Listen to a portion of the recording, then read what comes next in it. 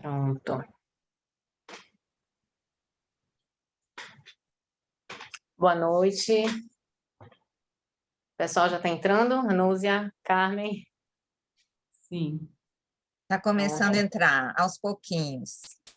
Boa noite a todos. A gente iniciou a sala, vamos dar um tempinho para as pessoas entrarem. E aqui, daqui a pouco a gente começa. As pessoas estão abrindo.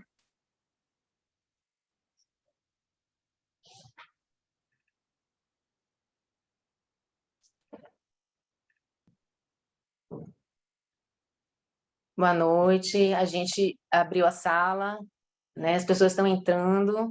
Em alguns minutinhos a gente começa. Deixa as pessoas entrarem.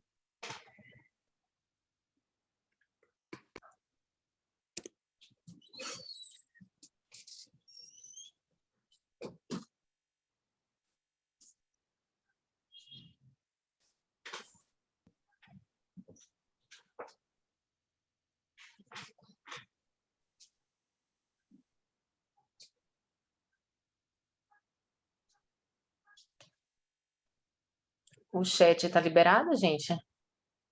Tá liberado. Nós já estamos com 14 participantes, 15. Boa noite. Apareceu para mim que está entrando.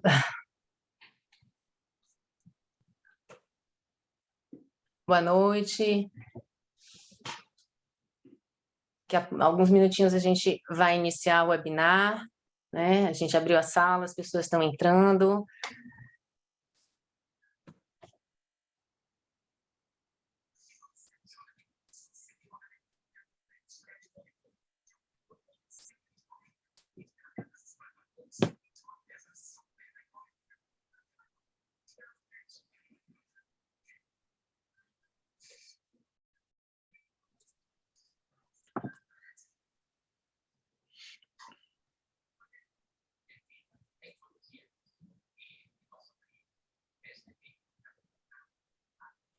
Boa noite. Tem mais pessoas entrando aqui, né? A gente vai começar o webinar daqui a alguns minutinhos.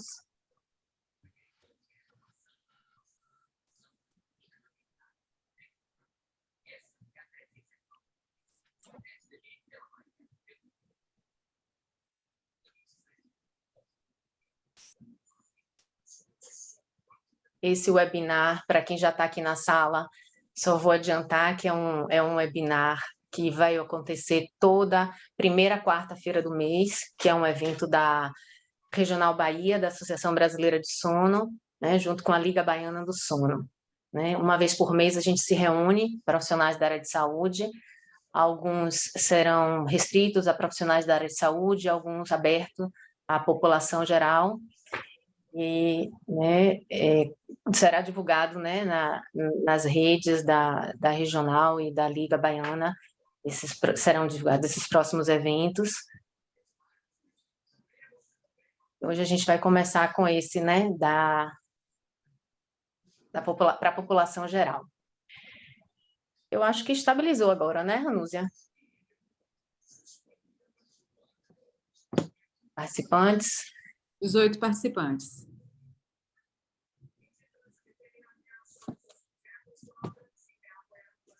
Anúzia, você está sem som.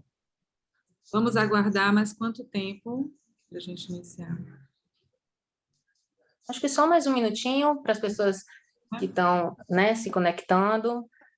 E acho que a gente já pode começar, né? Isso.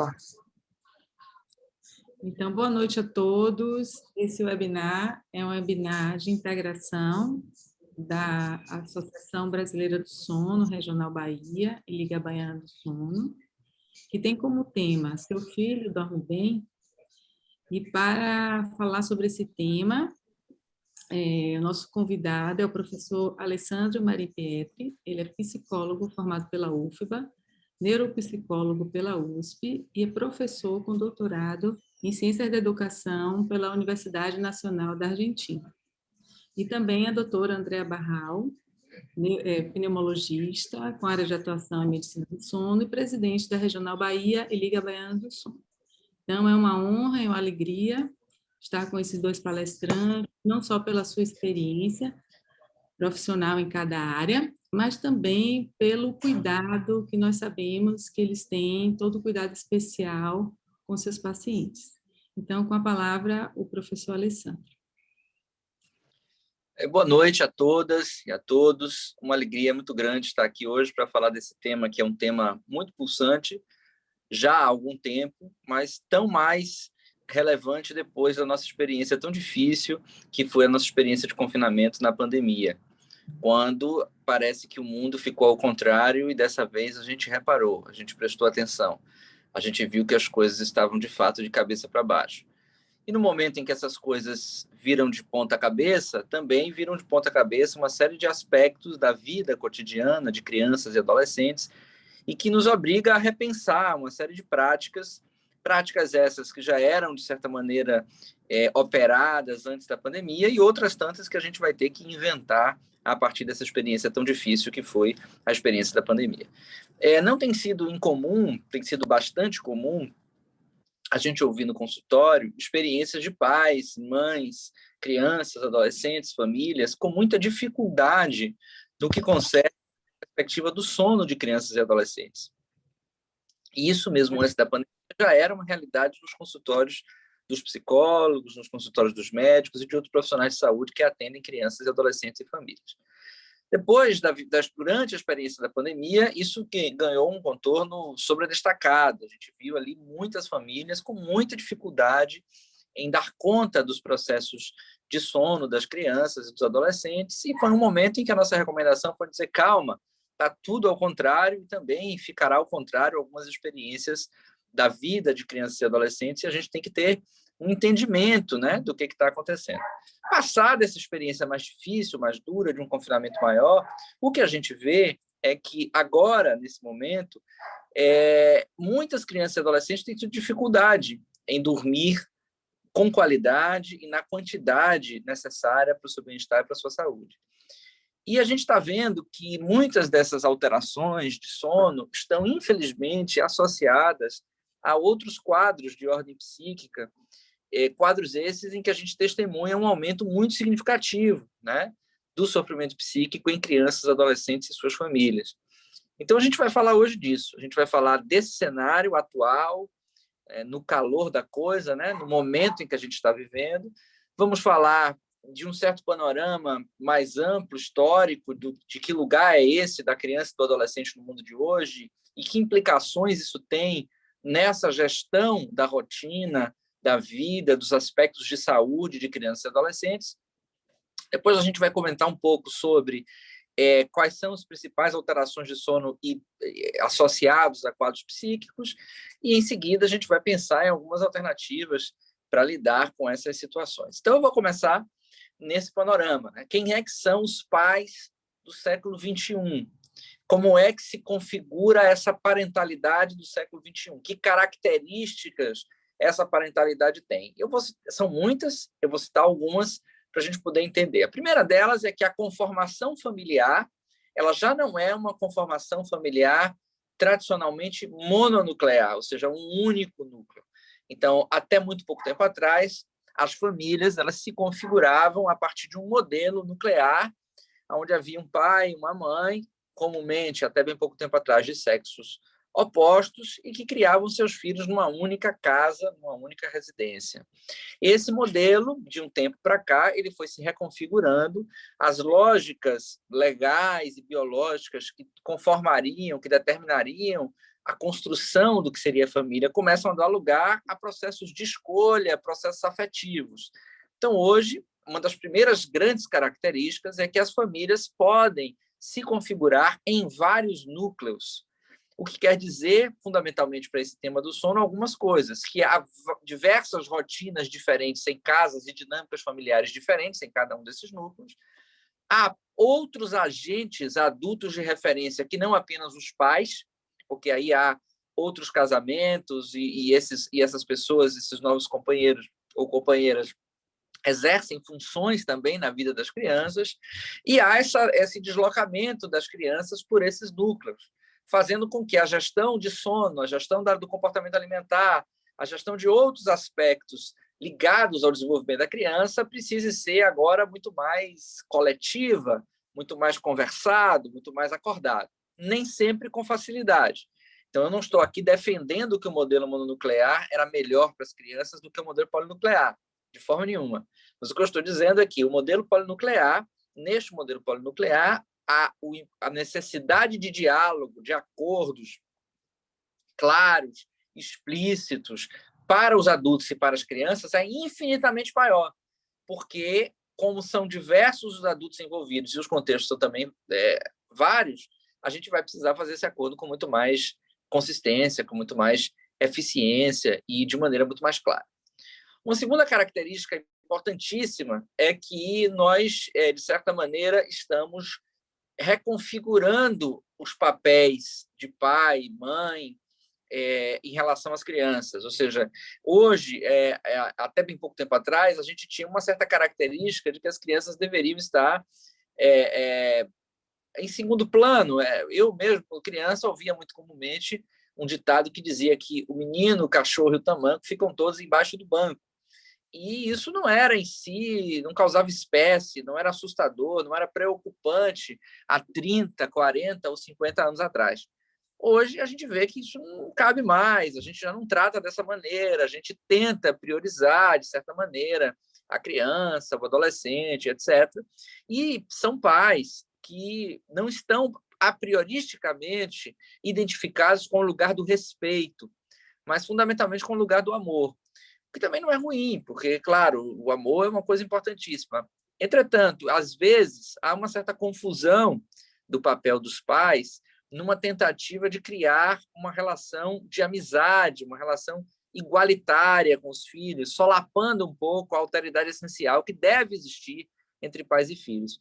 E o que isso tem a ver com o sono? Isso tem a ver que a gestão da rotina entre pares, entre iguais, é mais difícil do que quando há clareza do papel adulto e do papel da criança. Então, muito se tem dito de uma dificuldade de limites, etc., mas, na verdade, as crianças, em geral, elas precisam de limites, mas isso não é a prioridade. A prioridade é que elas tenham clareza de quem são os adultos.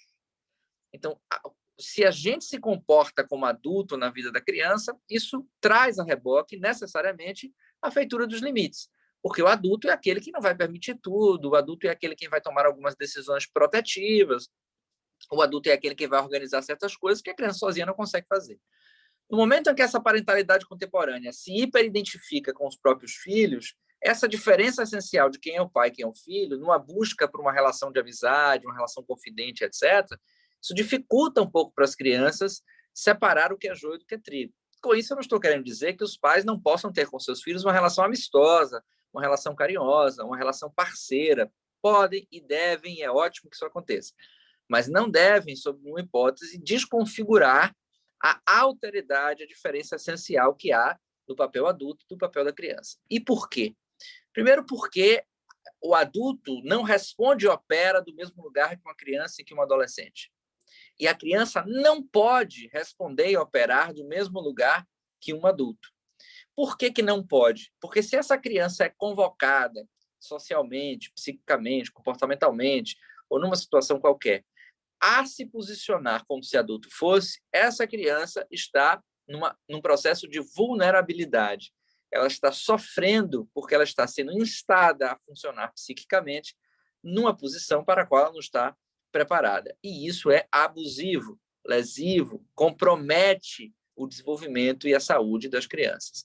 Então, a nossa sociedade, ao fazer essa pasteurização entre o lugar do adulto e o lugar da criança, embora discursivamente defenda uma certa prioridade das crianças e dos adolescentes, do ponto de vista prático, muitas vezes, convoca crianças a terem acesso a conteúdos, experiências que não deveriam ter. Como, por exemplo, escolher a hora de dormir, como, por exemplo, escolher o que assiste na TV, como, por exemplo, decidir o que compra no supermercado. Há pesquisas mostrando que crianças e adolescentes hoje tomam essas decisões. Ou seja, aquela decisão protetiva que deveria estar a cargo dos adultos, que estão severamente infantilizados, está hoje, muitas vezes, a cargo da criança e do adolescente, que estão excessivamente adultizados. Então, nessa confusão de papéis, muitas vezes, pôr as crianças para dormir, ou oferecer um alimento saudável, ou garantir que a criança tenha tempo ao ar livre, ou ou garantir que ela tenha o mínimo de comprometimento com o processo de estudo, fica muito complicado, porque se dissolvem as fronteiras entre um espaço e outro, entre uma referência e outra, e muitas vezes nós vemos crianças perdidas. Dito de outra maneira, nós temos a configuração de uma sociedade infantólatra, ou seja, muito obcecada pela infância, mas muito adultocêntrica, tendendo a interpretar a infância e a adolescência com as lentes do adulto. E essa perspectiva, ao invés de facilitar, favorecer, desenvolver, promover saúde na vida de crianças e adolescentes, infelizmente, tem corrompido pedaços, experiências do desenvolvimento de crianças e adolescentes, e impedido, às vezes, que essas crianças e esses adolescentes possam viver plenamente a sua infância e a sua adolescência. Então, a adolescência e a infância são conceitos culturais, são invenções, são pactos que nós acordamos coletivamente de uma série de experiências que devem estar protegidas, garantidas por toda a sociedade, por todos os adultos, para que essas crianças possam viver plenamente a infância e a adolescência.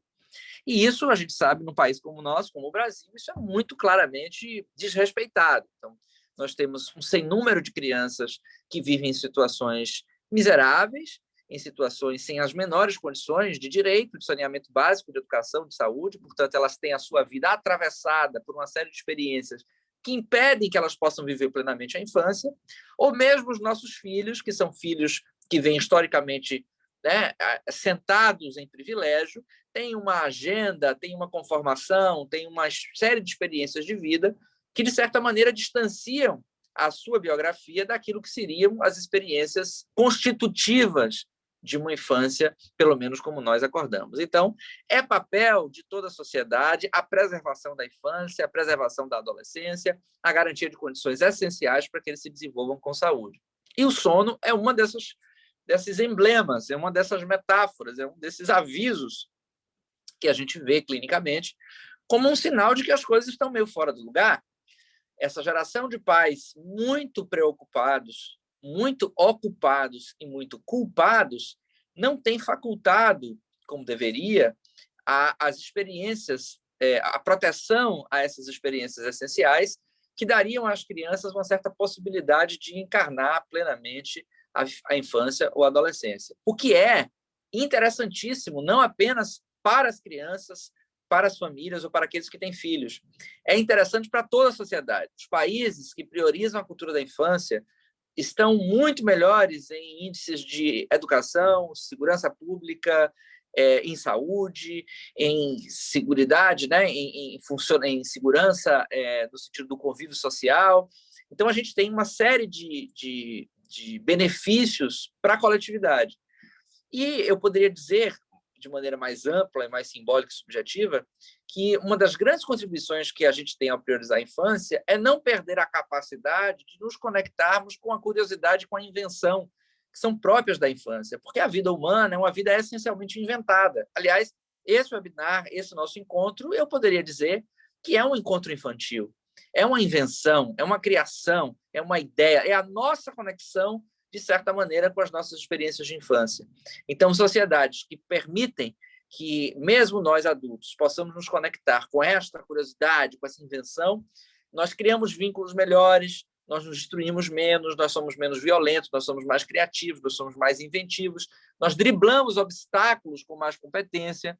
Então, é um benefício que serve para todos.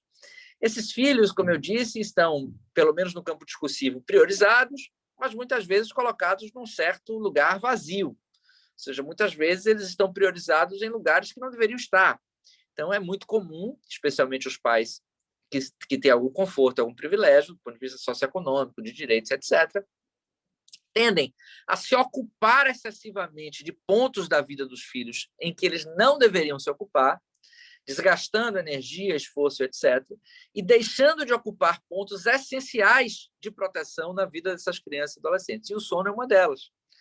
Então, a gente vê que, muitas vezes, o comportamento parental tem uma relação direta com a dificuldade na higiene do sono ou na gestão dos processos que antecedem propriamente o sono e que estão diretamente ligados à qualidade e à quantidade desse sono nas crianças e nos adolescentes. Então, a gente precisa, com esse papo aqui, convocar as pessoas a repensar as suas posições em relação à criança e adolescente, mesmo aqueles que não têm filhos, porque há um pacto coletivo de priorizar a infância e a adolescência, porque se entende isso como um dever de todos, né?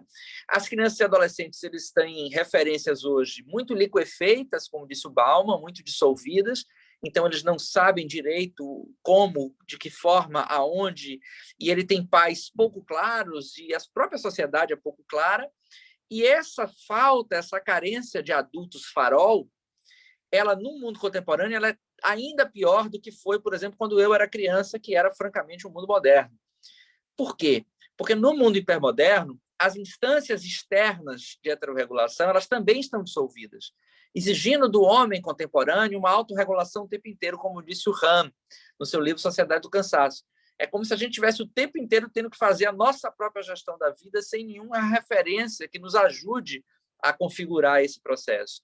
E para as crianças isso é tanto mais danoso, porque a criança vai precisar, nessa enxurrada, nessa maré de possibilidades camaleônicas, né, que se modificam numa velocidade que a gente não consegue acompanhar, de uma referência, de um norte, de um pai, de uma mãe, de uma praça, de uma família estendida, de um governo, de adultos que possam dizer por aqui sim, por aqui não, assim pode, assim não pode, aqui vai, aqui não vai.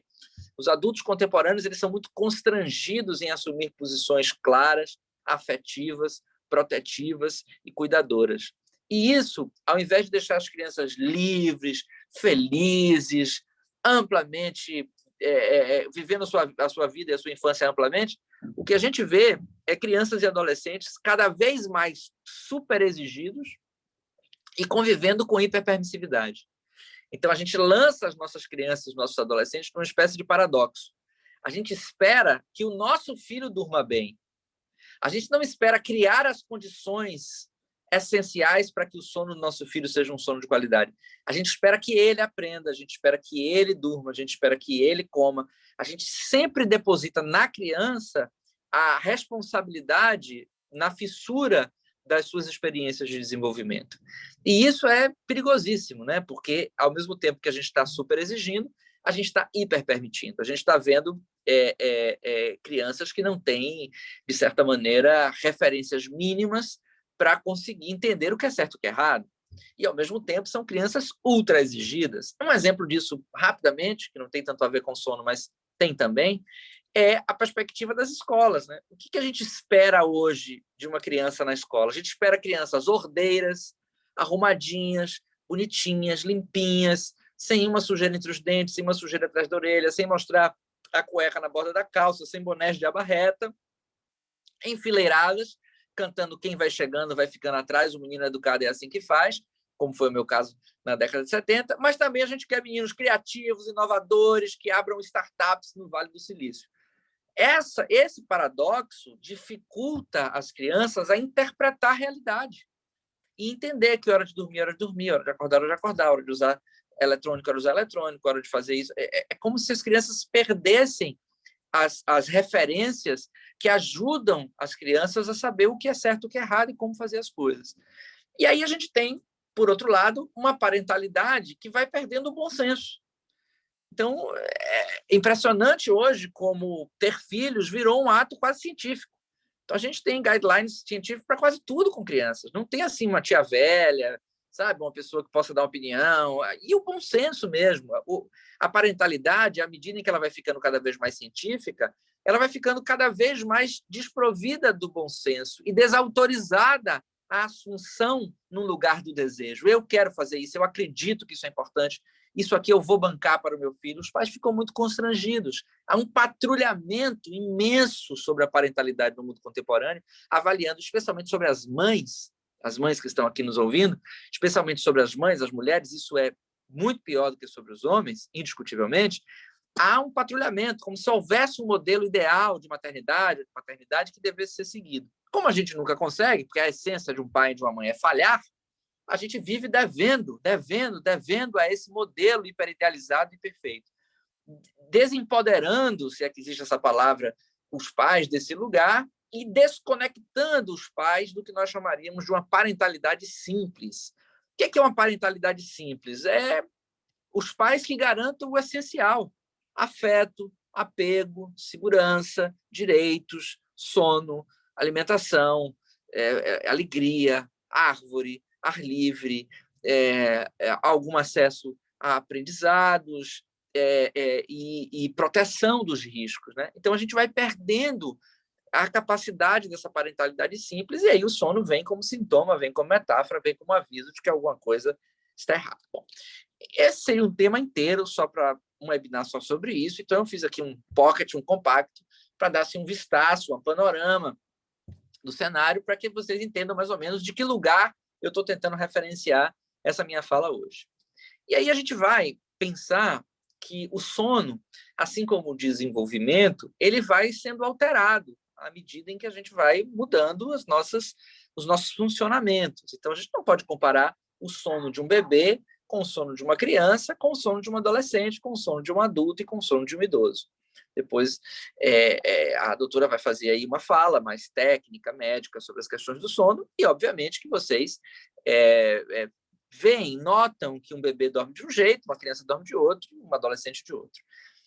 O que a gente... E aí eu vou escolher falar desses três aspectos brevemente. O sono do bebê é uma treta daquelas, porque, em geral, o sono do bebê ele não está em dia com o nosso funcionamento adulto. Ele tem um funcionamento muito específico. Então, o sono do bebê ele afeta muito diretamente o sono dos pais. E já há uma tentativa de criar regras, parâmetros, encantamentos, às vezes com um nomezinho mais bonito, para dar conta desse adestramento do sono dos bebês. E eu, em geral, tenho muita preocupação com isso, porque, via de regra, claro que existem exceções, mas muitas vezes essas referências são referências muito adultocêntricas, são referências que tendem a dar conforto, de certa maneira, entre aspas, aos pais, por conta dessa dissonância entre o padrão de sono parental e o padrão de sono do bebê, mas nem sempre elas estão condignas, elas estão em dia com aquilo que, de fato, é uma referência de saúde para os bebês nesse processo de desenvolvimento tão essencial para o resto da vida, né? Então, a gente precisa entender, quando a gente está falando de bebê, da gravidez até pelo menos o 36º, né, mês de vida, esse período aí é um período decisivo, decisório para o cérebro, para o social, para a linguagem, para o afeto, para o apego, para o corpo, ou seja, todos os marcos de desenvolvimento, esse deve ser uma prioridade. Nós temos que lutar com ferro e fogo para dar garantias, para melhorar a licença maternidade das mulheres, isso afeta o sono das crianças, para melhorar, para garantir uma licença paternidade para que os homens possam participar. Então, vejam que a discussão de direitos muitas vezes está atrelada à questão da saúde, né? Porque se a mulher não pode cuidar de seu filho de maneira digna, respeitosa, com assistência, com apoio, não existe bebê saudável sem cuidador saudável, não existe bebê saudável sem mãe saudável. Então, cuidar do puerpério, cuidar do sono, ter uma rede de apoio dessa pessoa adulta que vive aí experiências tão difíceis que a maternidade impõe, é crucial para garantir um sono de bebê. Então, profissionais de saúde que estão aqui, ou pais que estão aqui, cuidado com esses manuais, com esses encantamentos, com esses treinamentos, com essas coisas relativas ao sono do bebê. Há que se ter crítica, há que se ter fundamento científico, há que se ter cuidado, e, no mais das vezes, o que mais funciona para os bebês é autorizar que o bebê se regule com referências claras, porém suaves, né? Então, essas técnicas de deixar a criança chorando para adormecer, essas coisas que são vendidas por aí como as grandes saídas mágicas, etc., escapem disso. Isso não tem fundamento na ciência, não é o que a gente acredita, e qualquer psicólogo que estude o desenvolvimento humano seguramente vai concordar comigo. Então, atenção ao sono do bebê, porque ele é decisivo. Há conexões neuronais que se estabelecem aí, que vão deixar de existir, e há outras muito frágeis que vão se consolidar. E quem determina isso, quem garante isso é o ambiente. Então, proteger esse tempo da vida das crianças e cuidar dos seus pais é tarefa de todos nós. Sejamos nós ou não militantes da área da infância, da adolescência, ou cuidemos ou não de crianças e adolescentes, essa é uma tarefa social de todos. Aí, quando entra a história da criança, um pouco mais velha, aí a gente começa a ver como isso se configura. E aí a gente vai ver que aí já sim dá para fazer um acordo de funcionamento do sono da criança mais condizente com a dinâmica e com o contexto familiar. Porque o que vai garantir, na imensa maioria dos casos, salvo crianças severamente transtornadas, salvo crianças que passam por alguma condição física muito específica, então há exceções, mas a imensa maioria das crianças, elas dormirão bem ou não, fundamentalmente a depender do contexto familiar. É isso que dizem os estudos e é isso que mostra a clínica. Então, o contexto familiar ele é decisório para a qualidade de sono de crianças, e aí já não digo os bebês, as crianças são um pouquinho maiores. E a gente vai precisar construir uma cultura que se desconfigure da ideia da produtividade sem limite. Então, nós temos uma cultura que nos faz acreditar que acordar às 6 e começar a trabalhar no celular e dormir à meia-noite trabalhando no celular é ok. A gente não faz mais separação entre a vida do trabalho e a vida pessoal. Mas, Alessandro, o que isso tem a ver com o sono das crianças? Tudo a ver. Como nós estamos conectados o tempo inteiro, a gente termina impondo para as crianças, pelo menos essas como as nossas, como eu disse, sentadas em privilégios, uma rotina de workaholics infantis. Então, eles têm uma agenda que não acaba nunca. E isso, ao contrário do que possa parecer, e aí depois a doutora vai poder nos esclarecer, talvez do ponto de vista técnico, ao contrário do que possa parecer como benefício para o sono, porque sim, a atividade física é beneficiosa e outras coisas são, mas esse excesso, ele não é beneficioso para o sono, ele compromete, e na maioria dos casos que eu já atendi com dificuldade de sono, a gente, na imensa maioria, localiza numa dinâmica familiar disfuncional, acelerada, que não prioriza o ritmo da criança, que não consegue se desligar, que está produzindo e fazendo a criança produzir de maneira desenfreada e, no caso das crianças, até eu diria irresponsável. Então, para cuidar da imensa maioria dos casos, a minha orientação, a minha sugestão é olhar para o contexto familiar. Já quando entra a dinâmica do adolescente, a gente tem aí um problema que é o quarto trincheira, porque o adolescente ele tem uma necessidade de sono diferente, então aí questões de ordem metabólica, etc., podem alterar essa necessidade de sono, e eles começam a se fechar no seu próprio quarto. Eu até fiz um texto há um tempo atrás falando disso, né? Esse quarto que separa, que vira uma fronteira intransponível, né? Quase uma trincheira de guerra. E os pais não sabem o que fazer com o quarto dos adolescentes, porque, claro, o quarto é uma metáfora do corpo. Esse quarto onde ele está fechado é porque ele está se refazendo processos identitários, abandonando papéis infantis, ensaiando novos papéis, se reconhecendo de um outro jeito, reeditando o processo de identificação. Então, a vida do adolescente, do ponto de vista psíquico, não é um negócio fácil. É um negócio, como a gente diz aqui na Bahia, é barril de mil, dá um certo trabalho. E aí, esse fechamento no quarto pode, na maioria das vezes, dar conta dessa necessidade de representar o quarto como seu espaço, como seu corpo. Portanto, esse quarto não pode de nenhuma forma, não pode, sob nenhuma justificativa, ser invadido por seus pais. Já passou do momento em que a gente precisa reconhecer que ele cresceu e que ele tem que ter o espaço dele. Mas também a gente não pode deixar de entrar. E aí entra o grande dilema da nossa gestão da vida dos nossos filhos adolescentes. Até que ponto eu consigo dar conta de criar com ele uma rotina e mediar essa rotina de sono desde quando eu não sei o que está acontecendo naquele quarto? Então, especialmente depois da pandemia, nós temos aí um número imenso de adolescentes que estão trocando o dia pela noite, né? Que eu tenho casos na clínica, diversos, de adolescentes que têm dormido 3, 4 horas da manhã, acordar às 7. Vai para a escola, adormece na escola, volta para casa, dorme de tarde, vira de novo à noite, e esse ciclo os pais não conseguem dar conta, porque ficam nessa trincheira do quarto. A minha sugestão para isso, porque nós temos pouquíssimo tempo, então depois se vocês tiverem perguntas sobre esses pontos que vocês querem que a gente desenvolva mais, a gente vai desenvolver, mas a minha sugestão para isso é um acordo muito claro.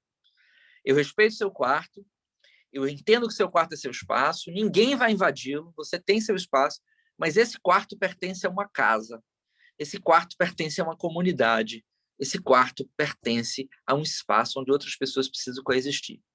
Você já tem condição de dar conta de uma série de coisas da sua vida, mas ainda há partes da sua vida que eu preciso participar. Vamos negociar como? E precisamos ter a coragem de negociar como, porque não é saudável para essas crianças e para esses adolescentes esse tipo de mudança nas suas vidas. Não é isso pontualmente feito um dia, na sexta-feira, porque ele tem um evento, não é isso. É corriqueiramente, ordinariamente, isso é danoso. Depois eu vou dizer em que aspectos isso é danoso. Então, sobre o adolescente, eu sugiro uma reconfiguração desse quarto trincheira para que a gente possa chegar mais perto e tentar ajudá-los a dormir de outra maneira. Bom, e quais são, né, as alterações de sono mais comuns nos casos clínicos mais prevalentes? Então, eu vou falar dessas alterações de sono. Então, primeiro, o que a gente mais vê de quadro psíquico que altera sono? Alterações de humor, quadros ansiosos e transtornos do neurodesenvolvimento. Nesses 4 casos, nesses 3 casos, que transtorno do neurodesenvolvimento a gente tira aí, cai desse conceito uma série de quadros. Então, nessas 4 categorias, comumente, rotineiramente, a gente vê algum tipo de alteração de sono. É muito incomum ver uma criança que tem uma alteração de humor, por exemplo, um humor deprimido, e que não tenha alguma alteração de sono, ou uma adolescente. É muito incomum ver uma criança ou um adolescente na vigência de um quadro ansioso importante, significativo, e não ver algum tipo de alteração de sono. É muito raro que uma criança, por exemplo, TEA, não tenha nenhum tipo de alteração de sono, ou uma criança TDAH. Em alguma etapa da vida, isso pode acontecer. E a gente precisa estar atento para ver como é que a gente vai manejar. Então, a dificuldade em começar o sono. Isso tem sido muito comum atualmente. Vale lembrar que vários estudos já mostram um incremento, uma piora muito sobredestacada dos quadros psíquicos em crianças e adolescentes pós-pandemia. Então, nós estamos vendo uma piora dos quadros de sono intimamente atrelados a um deterioramento da saúde psíquica, da saúde mental de crianças e adolescentes pós-pandemia, por uma série de prejuízos que a pandemia, infelizmente, afetou, atravessou a biografia de tantos meninos e meninas. Então, a dificuldade de começar o sono. Crianças muito agitadas, que não conseguem desligar, que não conseguem iniciar o sono, que levam, às vezes, 2 horas para conseguir dormir. Isso tem sido uma queixa comum, e é muito comum que isso aconteça em quadros dessa natureza. Um sono inquieto, que leva a diversos despertares ao longo da noite. Isso também tem sido muito comum, isso estressa muito a família. Os pais ficam cansadíssimos porque precisam assistir as crianças, não dormem, tem que trabalhar cedo, quase sempre gera um conflito familiar imenso, então isso é bem difícil de manejar. Dificuldade em manter o sono até a hora apropriada. Então, crianças que estão acordando no meio da noite não conseguem voltar a dormir ou acordam de madrugada muito antes da hora que tem que acordar para ir para a escola ou para fazer suas outras atividades. Isso também tem sido muito comum. Uma necessidade de sono diurna, né? Um hipersonia, isso tem acontecido também, especialmente em adolescentes. Não é tão comum em crianças, mas é muito comum, tem sido muito comum em adolescentes, especialmente em adolescentes com alteração de humor. E outros quadros, né? Os parassonias com pesadelos, então crianças com muitos pesadelos, muito comum em crianças, tem acontecido muito. Terror noturno, depois eu vou falar um pouco sobre terror noturno. O falar de noite, a enurese noturna, que também eu vou comentar. E o sonambulismo, despertar, né? Ele desperta, aquele despertar confusional, ele desperta e está ali com um pouco da consciência alterada, isso acontece muito. Então, o terror noturno, para quem não é da área de saúde, né? Para pais que estão aí, isso causa muito, muito susto nos pais, né? Porque é aquele episódio de medo súbito, que a criança desperta com muito medo, mas não está completamente desperta. Então, ela, em geral, ela tem uma cara de pânico, ela está pálida, ela sua muito, ela tem ali como se fosse uma manifestação de uma crise de medo, de pânico muito forte, e ele não está plenamente consciente, né? Então a gente não consegue ali fazer uma abordagem muito fácil, é muito assustador, o pai se assusta muito, né? E, em geral, eles não lembram, né, do que aconteceu. Isso é uma situação que tem, infelizmente, aumentado muito. Eu tenho ouvido muito no consultório situações, especialmente depois da volta às aulas, porque a volta às aulas foi uma coisa que as crianças precisavam muito, gostaram muito, mas estão tendo muita dificuldade de se adaptar. Então, isso tem acontecido. E também casos de enurese noturna, que é o escape do xixi à noite. Então, crianças que já não tinham episódios de enurese e que passaram a ter, né? Então, é importante que a gente, nesses casos todos que eu estou citando, que a gente sempre tente entender como é que isso acontece, ou seja, qual é a história clínica. É uma criança, por exemplo, que sempre teve enurese a vida inteira e não parou de ter, é uma criança que já não tinha episódios de enurese noturna e passou a ter, quanto dura, é sempre, é frequente, qual a idade dessa criança. Então, se uma criança lá para 11, 12 anos é um cenário, uma criança para 5 anos é outro cenário. Existem impactos emocionais, isso serve para todos. E os diagnósticos diferenciais, né? Quer dizer, não sair a prioristicamente atribuindo diagnósticos de ordem psicológica, enquanto podem haver condições médicas associadas a todos esses quadros. Então, lembrando sempre que os nossos diagnósticos, esses diagnósticos de ordem psicoemocional, eles são de exclusão. A gente precisa descartar outras hipóteses e aí sim depois começar a pensar nessas perspectivas, tá? Então, esses são os quadros que a gente mais vê na clínica, tá? É muito comum ver isso. Acho que para os colegas que estão aqui ouvindo da área de saúde, entendo que uma investigação sobre o sono na anamnese, para qualquer um que trabalhe com adolescente em qualquer setor do campo da saúde, me parece essencial, né? Porque isso vai nos falar muito do seu desenvolvimento, de como isso se dá e de impactos muito importantes em diversos campos da sua vida, e da sua vida e do seu desenvolvimento, daquilo que ele pode vir a desenvolver. Então, é muito importante que a gente converse sobre isso. E em relação aos pais, o que eu sugeriria aos pais que estão nos ouvindo? Se acontecer alguma dessas situações, é importante, eu acho, procurar ajuda. Vai pelo menos no pediatra, que já acompanha, narra, conversa, ver o que o pediatra acha. É importante ficar atentos a esses sinais, porque esses sinais acontecem comumente, em geral, na vigência de algum quadro psíquico que merece atenção, que merece cuidado, que merece intervenção. Pode não existir, ou seja, pode existir desvinculado desses quadros e sob outras condições, mas comumente a gente vê a associação de alterações de sono com esses quadros que são bastante prevalentes hoje. Bom, e o que uma alteração de sono constante, importante, pode produzir na vida de crianças e adolescentes? Então, a gente pode ver impactos do ponto de vista neurocognitivo, especialmente em quadros atencionais. Então, a relação entre prejuízo de sono e problemas de atenção, ela é conhecida para quem tem e para quem não tem problemas atencionais basais, ou seja, há um sujeito, criança, que tem um TDAH. Essa criança provavelmente vai ter alguma alteração de sono. Cuidar da alteração de sono é crucial para a possibilidade de reabilitar as dificuldades neurocognitivas do TDAH. Então, ao mesmo tempo que o TDAH causa, ele é piorado pelo prejuízo de sono, tá certo? Mas mesmo pessoas que não têm uma condição de base, que tenham processos atencionais dentro do esperado, elas podem ter prejuízos atencionais pontuais devido a alterações de sono. E com muito menos tempo do que o que a gente supõe, né? Então, assim, eu diria que uma noite mal dormida, em alguns casos, pode significar alterações do funcionamento cognitivo. E muitas noites mal dormidas, mais ainda. Então, é importante ficar atento. Funções executivas, controle inibitório, flexibilidade, regulação emocional, todas as funções executivas também podem sofrer alterações por conta de privação de sono. Privação em tempo ou de qualidade, tá? Isso também é uma coisa que a gente precisa pensar. E a memória. A memória, ela tem uma relação, especialmente a consolidação da memória, tem uma relação muito direta com o sono, muito direta. E também a memória tem uma relação direta com a atenção, porque ela se sustenta na atenção. Quando a atenção oscila, a memória termina por oscilar.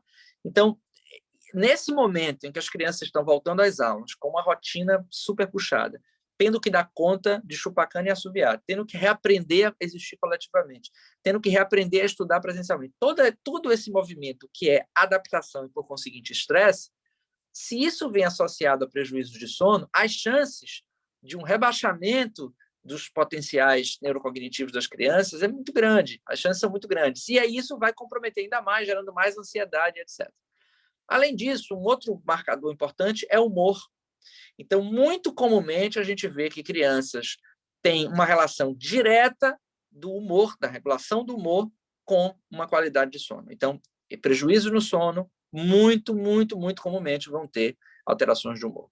E a regulação emocional, ou seja, a maneira como a criança reage diante de determinadas situações. Então, as suas reações tendem a ficar mais irritadiças, tendem a ficar mais disruptivas, tendem a ficar mais heteroagressivas, e isso é um sinal de que talvez o sono possa estar colaborando de maneira muito direta com esse processo que está aí como sinal, como aviso de que alguma coisa não vai bem.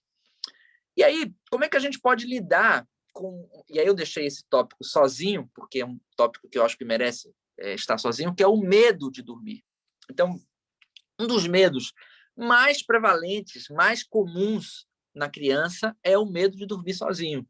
Junto com o medo de escuro, eu acho que é o que mais aparece, né? Então, quem é clínico, quem atende criança e adolescente, sabe que, comumente, medo de dormir e medo de escuro, que muitas vezes estão juntos, né? Acontecem juntos, é um medo muito prevalente. Então, a primeira coisa que eu queria que a gente pensasse é se colocar no lugar da criança. Que diabo de experiência é essa que eu fecho o meu olho, desligo, tudo acaba, tudo fica escuro e, de repente, eu abro o olho e tudo volta? Então, uma vez uma criança me disse uma coisa que eu nunca esqueci e que eu sempre repito isso quando a gente fala do medo da criança dormir. Ela me disse: dormir é morrer um pouquinho. E eu acho genial essa metáfora que ela fez, porque, de fato, é isso. A gente dá uma desligada, né? A gente dá uma morrida ali por 8 horas, 10 horas, 12 horas, e renasce. E aquilo é meio estranho para algumas crianças. Essa ideia de que a cidade vai se silenciando, a casa vai silenciando, a luz vai diminuindo e as pessoas vão se desligando e ela vai se desligando daquilo que deixa ela conectada aos seus afetos. É complicado. Não é uma tarefa fácil. Então, a minha primeira sugestão é: se coloque no lugar, tente olhar para o medo da criança sob o paradigma da criança e não sob o paradigma adulto. Depois, nunca, sob nenhuma hipótese, desqualifique, desrespeite ou desmereça o medo que a criança tem. Nenhuma criança precisa de um adulto que a critique, que a violente, que por cima da sua dificuldade agregue outra. Porque ela precisa de um adulto protetor, claro, firme, afetivo, carinhoso, que ajude ela a superar. Então, sob nenhuma hipótese, desqualifique, desrespeite ou desmereça. Nem se a gente for pai, nem se a gente for profissional que vai lidar com alguma queixa nesse sentido. Também não superdimensione. Não trabalhe essa perspectiva como se fosse uma coisa insuperável, intransponível. A melhor saída é: ok, eu entendo, eu estou com você, é difícil, eu entendo sua dor, mas nós vamos pensar em alguma maneira de passar por isso, né? Então, eu entendo que isso existe, mas nós vamos caminhar juntos para essa superação. Não adultize ou racionalize em excesso o medo. É muito comum pais e mães fazerem isso. Tem medo de quê? Não tem nada acontecendo. Não pode subir um dragão pela sua janela. Não existe a possibilidade da cuca vir pegar.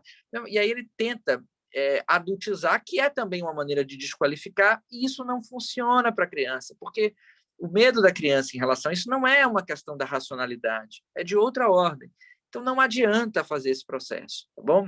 Não acho que esse processo seja o melhor caminho. Mas não permita, por outro lado, que a criança seja exposta ao medo de maneira desassistida. Esse é um outro caminho. Alguns pais, mesmo em 2021, ainda acreditam que se trancar uma criança no quarto escuro, ela vai aprender a vencer o medo escuro. Coisas dessa natureza. Isso é absolutamente desaconselhável. A ideia é que ela vá se aproximando desse medo de maneira progressiva, de maneira cuidada, de maneira protegida, preferencialmente de uma maneira, se possível, sistemática, para que ela vá vencendo etapas, mas nunca de uma vez só e nunca sem assistência. Não permita, por outro lado, que o medo a paralise. Diga assim: então, já que você tem medo, vai dormir sempre com alguém a vida inteira e tal, se a criança quer tentar dormir de uma outra maneira. Então, é importante que você encoraje a criança a superar com apoio, com assistência no tempo dela, sem expor ela a nenhuma situação de mais ansiedade, porque ninguém combate a ansiedade oferecendo mais ansiedade, não funciona. Então, a gente precisa assisti-la. E eu diria que uma boa tríade para isso é respeito, acolhimento e enfrentamento cuidadoso. Com essa triangulação, em geral, a gente pode ajudar as crianças a vencer o medo de dormir, que é um medo bastante prevalente. E, para a gente finalizar, finalizar a minha primeira parte aí da minha fala, é pensar em quais são os cuidados que a gente tem que ter. Então, no caso daquelas alterações de comportamento do sono que eu me referi, é muito importante cuidar da segurança. Então, se a criança está levantando, está se movimentando, tem que cuidar da segurança, quem está com ela, se ela pode se machucar, se ela pode sair de casa. Então, se houver essas alterações, é importante cuidar da segurança da criança, tá? E procurar ajuda especializada imediatamente. Mas, para casos menos dessa natureza e casos mais típicos, com essas alterações de sono mais suaves, o que eu, em geral, recomendo é que haja uma rotina familiar para o sono. O cérebro humano adora rotina, adora previsibilidade, detesta novidade, porque novidade exige adaptação, exige esforço, exige energia. Então, se a gente puder construir uma rotina de sono mais ou menos igual, né? Então, e que respeite a criança, não dá para a casa estar francamente agitada, a maior barulheira, e essa criança tem que desligar de tudo e ir para dormir. A minha orientação é que essa casa se prepare para diminuir o ritmo, que diminua as luzes, que faça as coisas mais devagar, que crie um ritual que se repita mais ou menos igual todos os dias, que essa criança possa ter conforto, segurança, né? A ideia da leitura para a criança na hora de dormir é absolutamente recomendável. A ciência mostra zilhões de benefícios de várias ordens nessa prática, então vale a pena. E fazer sempre mais ou menos do mesmo jeito, dando a ela segurança, afetividade, apoio e efetividade na construção desses procedimentos. Muito cuidado com a relação entre sono e tecnologias digitais. Então, nós temos hoje um problema imenso de saúde social e etc., que é o acesso precoce, irresponsável, desmesurado, exagerado, sem filtro de conteúdo, sem mediação, de crianças muito pequenas a conteúdos digitais.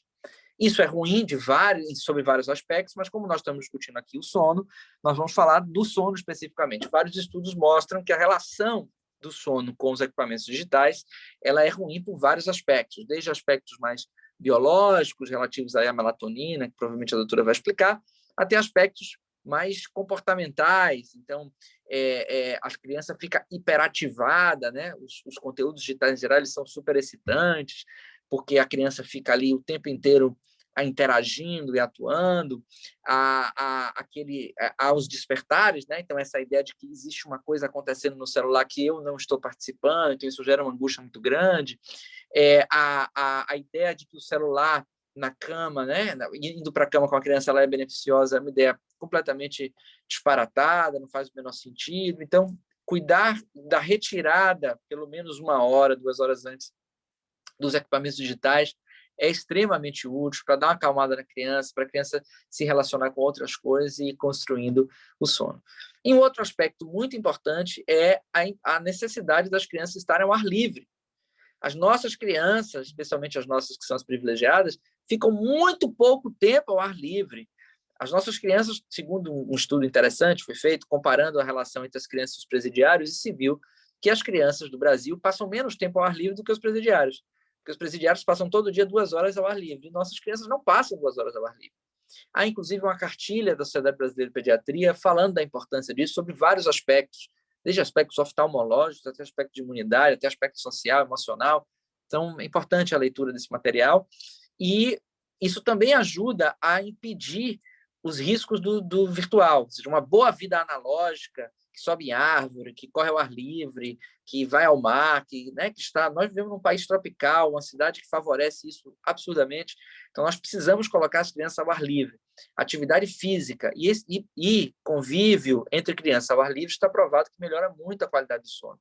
Então, a gente precisa garantir que essas condições sejam preservadas.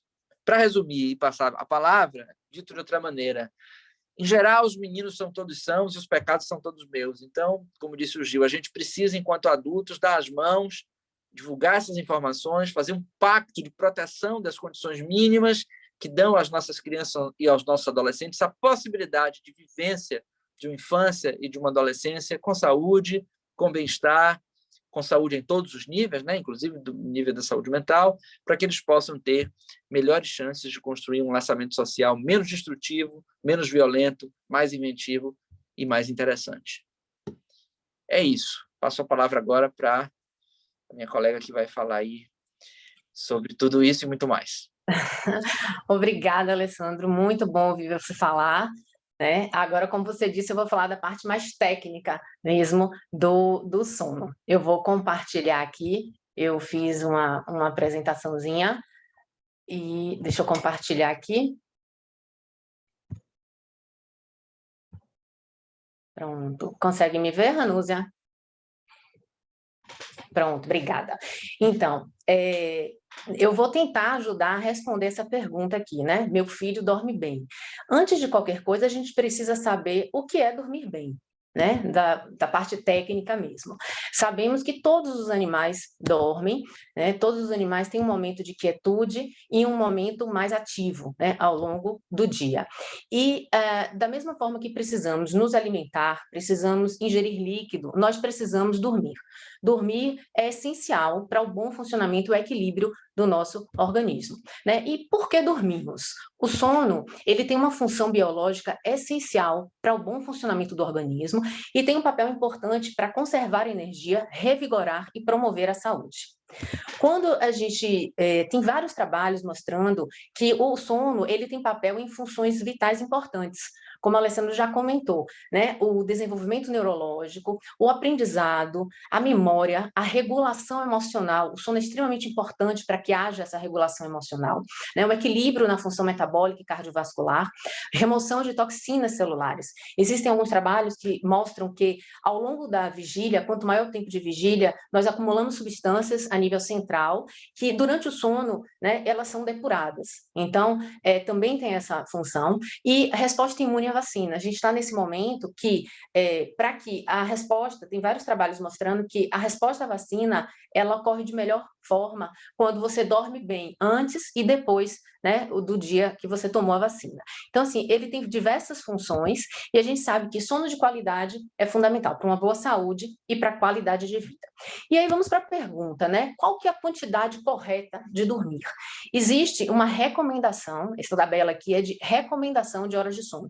Na medicina, nem, né, nunca, nem sempre. A gente tem uma sugestão que é baseada na média da população. Então, em azul escuro, a gente tem a média de horas para cada faixa etária. Mas a gente tem a variação, né, para mais ou para menos, que também é considerada normal. A única certeza que a gente tem é que o número de horas de um bebê, ele é muito, né, maior, e esse sono, a quantidade de horas de sono vai se reduzindo ao longo da vida. Quando a gente fala as 8 horas de sono que a gente precisa, a gente está habitualmente se referindo ao sono de um adulto. Um adolescente seguramente precisa dormir mais do que 8 horas de sono, e a criança mais ainda. Então, se a gente, né, aumentar aqui, nessa faixa etária que a gente está falando, de crianças e adolescentes, a sugestão que temos para os adolescentes de 14 a 17 anos é de 8 a 10 horas de sono, ou seja, 9 horas de sono. De 6 a 13 anos, seria de 9 a 11, 10 horas de sono. Então, e os menorzinhos, de 10 a 13, ou seja, de 11 a 12 horas de sono. Então, fica a pergunta, será que nossos, né, crianças e adolescentes estão dormindo a quantidade ideal de horas de sono? E aí se pergunta, né? Mas como é que eu vou saber que essa é a quantidade ideal de horas de sono? Uma dica, além de questionários que a gente pode fazer a nível de consultório, é que se a criança, se o adolescente, ele acorda, primeiro, espontaneamente, se ele acorda com a sensação de sono reparador, revigorador e fica ativo ao longo do dia, é uma dica de que essa quantidade, né, ele está fazendo a quantidade de horas ideal. Uma outra coisa é a qualidade dessas horas de sono. A gente dorme por fases. A gente inicia um sono superficial e vai aprofundando o sono. Então, a gente começa no sono 1, estágio 1 do sono 2, sono 3, sono 2 e o sono REM, que é aquele sono, né, mais profundo, que é o movimento rápido dos olhos, que é onde a gente sonha. Então, um ciclo de sono, que é isso aqui, a gente faz em torno de, né, a gente chega no REM em torno de 60 a 120 minutos. Então, 1h30, 2 horas, a gente faz um ciclo de sono. Só que à noite tem muito mais que isso. Então, o que acontece durante a noite? A gente faz um ciclo de sono, daí a gente acorda, dá uma mexidinha, faz o segundo, o terceiro, o quarto ciclo de sono, o quinto, dependendo da quantidade de horas que temos à noite. Então, é esperado que entre um ciclo e outro, a gente dê um despertar, né? Mas é um despertar tão breve que a gente não tem lembrança desse despertar. E aí a gente dorme a noite inteira. No entanto, se, eu vou citar o exemplo de criança, como a gente estava conversando, se a criança, ela precisa da ajuda do pai, da mãe, se ela precisa de uma rotina, né, de a presença de alguém para iniciar o sono, ou seja, se ela não sabe iniciar o sono sozinha, toda vez que ele acordar ao término de um ciclo de sono, ela vai pedir auxílio do que ela sabe o que é iniciar o sono. Então, muitas vezes aquela criança que acorda várias vezes à noite para pedir ajuda do pai ou para pegar a chupeta que caiu, porque para começar a dormir, ela tem aquela rotina. Então, assim, fica a dica aqui que a gente precisa de estratégias para ensinar a criança a iniciar o sono sozinha, porque se ela aprender isso, em cada outro ciclo, ao longo da noite, ela fará isso sozinha. Existe um exame que é chamado de polissonografia, que é um exame onde a gente coloca eletroencefalograma, e a gente consegue detectar as ondas cerebrais e fazer essa detecção, se é sono 1, se é sono 2, e faz essa representação gráfica. Essa tabelinha aqui, né, de 22 até 5 horas da manhã, é uma noite de sono de uma pessoa. Então, essa é uma noite de sono onde a gente tem vários ciclos e uma arquitetura bonita do sono. Quando a gente tem todos aqueles distúrbios do sono, né, vou citar aqui o ronco não é normal, né? Se o ronco vem associado a uma apneia, isso é algo que está atrapalhando a qualidade do sono. Então, ele pode não ter esse sono de qualidade aí. Qualquer outro distúrbio do sono, né? O bruxismo, o movimento de pernas, né? Muitas vezes a síndrome de pernas inquietas pode estar associada à dor do crescimento, né? Mas é algo que pode estar atrapalhando o sono da criança. O bruxismo, ou todas as parassonias, né? Que Alessandro falou, né? O terror noturno, o despertar confusional, os pesadelos. Então, assim, tudo que pode acontecer durante o período de sono, distúrbio do sono, ou não, uma rinite, uma asma mal controlada, uma dor por outro motivo, se existe algo que esteja impedindo a pessoa, a criança, o adolescente, de dormir com qualidade, a representação gráfica de um sono ruim seria mais ou menos esse aqui, ou seja, é aquele sono interrompido, fragmentado, onde perde-se em quantidade de horas e perde-se em qualidade. Tá? Então, a gente precisa, se um desses sintomas que eu comentei, ele ocorre de forma eventual, a gente pode só observar, mas isso se repete com certa frequência, vale a pena investigar para tratar, porque a gente melhora a qualidade do sono dessa criança. Então, assim, dormir bem, além de quantidade e qualidade, tem o ritmo também, né? Dormir mais ou menos no mesmo horário e acordar mais ou menos no mesmo horário, isso é muito importante para manter a nossa ritmicidade. Então, a média da população, esse estudo que mostra que a média da população, de novo, nada, né, é sempre ou nunca na medicina. Então, a média dorme 22, 23 horas, acorda 6, 7 horas. Tem pessoas que pegam esse ciclo e adiantam, vão dormir mais cedo e acordam mais cedo, ou que atrasam, vão dormir mais tarde e acordam mais tarde. Então, assim, os extremos disso aqui, né, de fase adiantada, de fase atrasada do sono, muitas vezes tem uma característica genética familiar. A família é assim, as pessoas dormem muito cedo e acordam muito cedo. Então, assim, vale a pena a gente investigar para que esse padrão ele seja orientado e mantido, né, como já foi dito, de forma regular a todo dia. Uma coisa muito importante para se falar de ciclo sono-vigília, desse ritmo biológico nosso, é que o ritmo biológico nosso endógeno do sono e da vigília, ele tem mais do que 24 horas. Né? Se o tempo que o nosso organismo entende como esse ciclo todo, ele dura mais do que 24 horas do dia. Veja só, se o nosso ritmo biológico endógeno, ele é mais do que 24 horas e o dia só tem 24 horas, a gente precisa sincronizar isso. Então, a gente precisa de pistas para sincronizar esse relógio biológico. Né? Se a gente deixa uma pessoa sem pista temporal, ou seja, em isolamento, numa caverna, se ele não tem estímulo, né, do que é dia e do que é noite, a periodicidade desse ciclo sono-vigília vai ser em torno de 24 a 25 horas. Ou seja, a cada dia esse indivíduo vai dormir mais tarde, acordar um pouquinho mais tarde e fica atrasando a fase do sono. Para que isso não aconteça, a gente precisa de pistas, como eu falei. E o principal sincronizador do ciclo sono-vigília é o ciclo claro e escuro. Tá? Por isso que é tão importante a gente falar, né, de exposição à luz ao acordar, luz, né, ao ar livre, e à noite já ir diminuindo essa exposição, para que a gente consiga sincronizar o nosso relógio biológico. Como já foi dito, né, a melatonina ele é um hormônio indutor do sono. A melatonina não é um suplemento alimentar. A melatonina é um hormônio que atua em diversos locais do nosso organismo, tanto durante a noite quanto durante o dia. Né? Ela tem repercussões durante o dia também. Mas a melatonina ela é produzida exclusivamente no escuro, tá? A glândula pineal produz essa melatonina no escuro. Então, quando a gente tem um estímulo visual, quando a retina capta essa luz, a mensagem que vai para o nosso cérebro é que é dia e que não vai produzir a melatonina. Então, a gente vai atrasar a fase do sono, o que já é fácil, porque o ciclo endógeno nosso é maior do que 24 horas. Então, por isso que essa rotina, essa necessidade de disciplina é extremamente importante para a manutenção do ritmo. E o grande problema, né, como a Alessandra já falou, é a exposição a telas.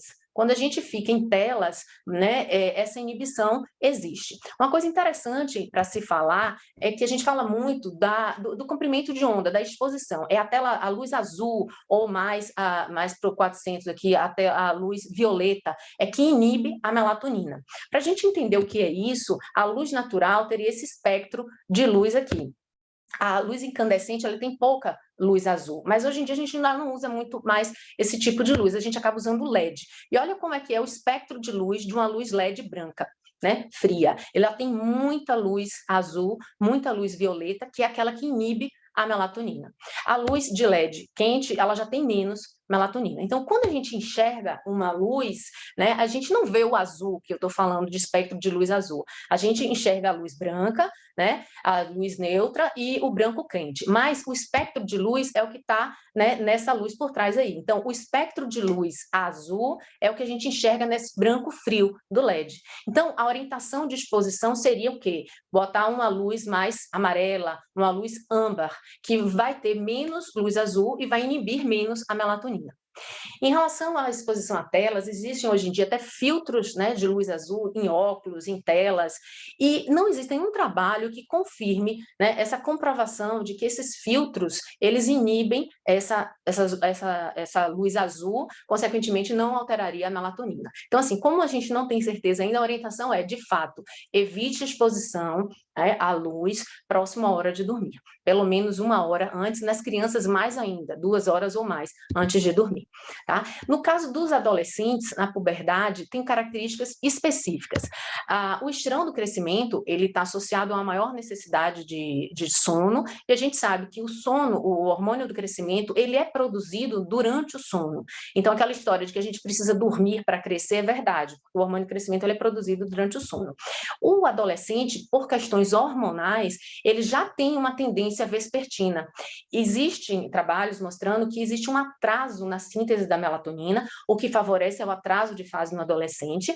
E uma outra coisa importante é que o adolescente ele tem uma resistência, né, à adenosina. Quanto maior o tempo de vigília, neuromoduladores vão sendo acumulados, né, na corrente sanguínea e estimulam e vão induzir o sono. E isso, quanto maior o tempo de vigília, maior quantidade dessas substâncias, por exemplo, a adenosina.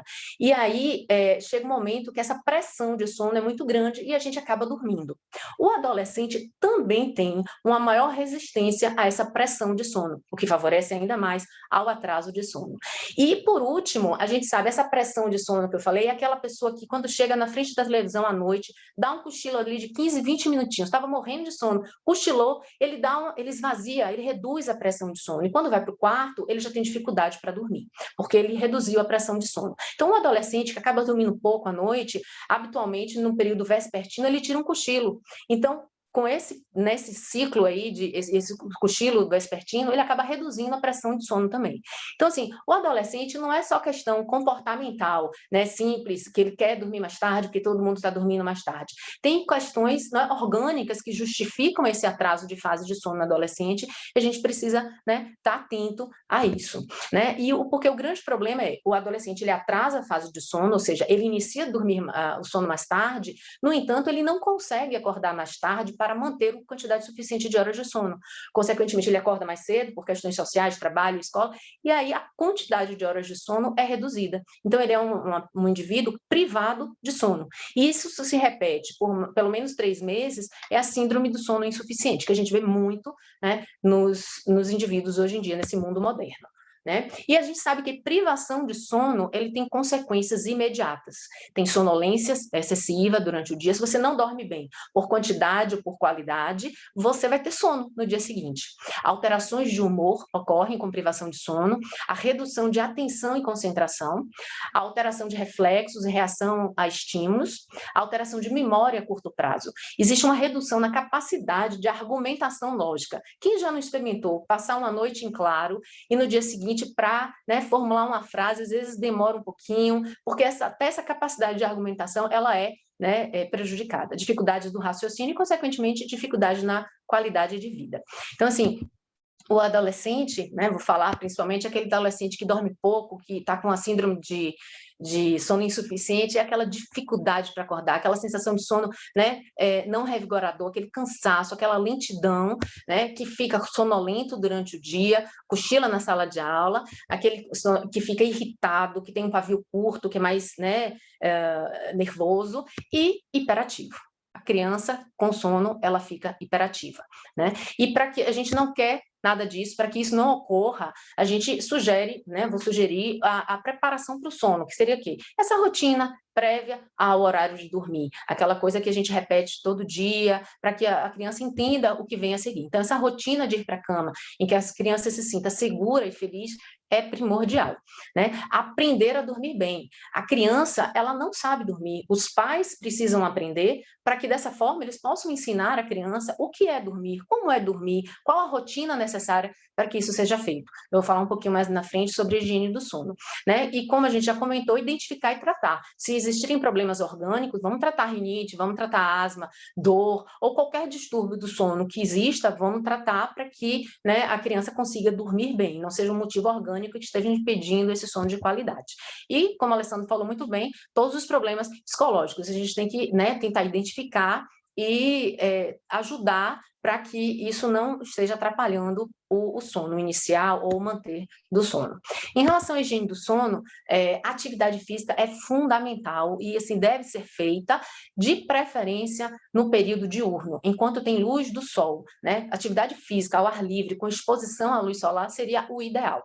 À noite, a atividade física intensa pode acabar atrapalhando o sono. À noite, a gente sugere que atividades relaxantes, atividades mais calmas sejam realizadas, né? Horários regulares para dormir e acordar, né? Refeições leves à noite, evitar bebidas cafeinadas, né? Tudo que contém a cafeína, chocolate, café, chá, refrigerante, a gente deve evitar. Mas aí algumas pessoas falam assim, mas eu tomo café e eu não tenho dificuldade para dormir.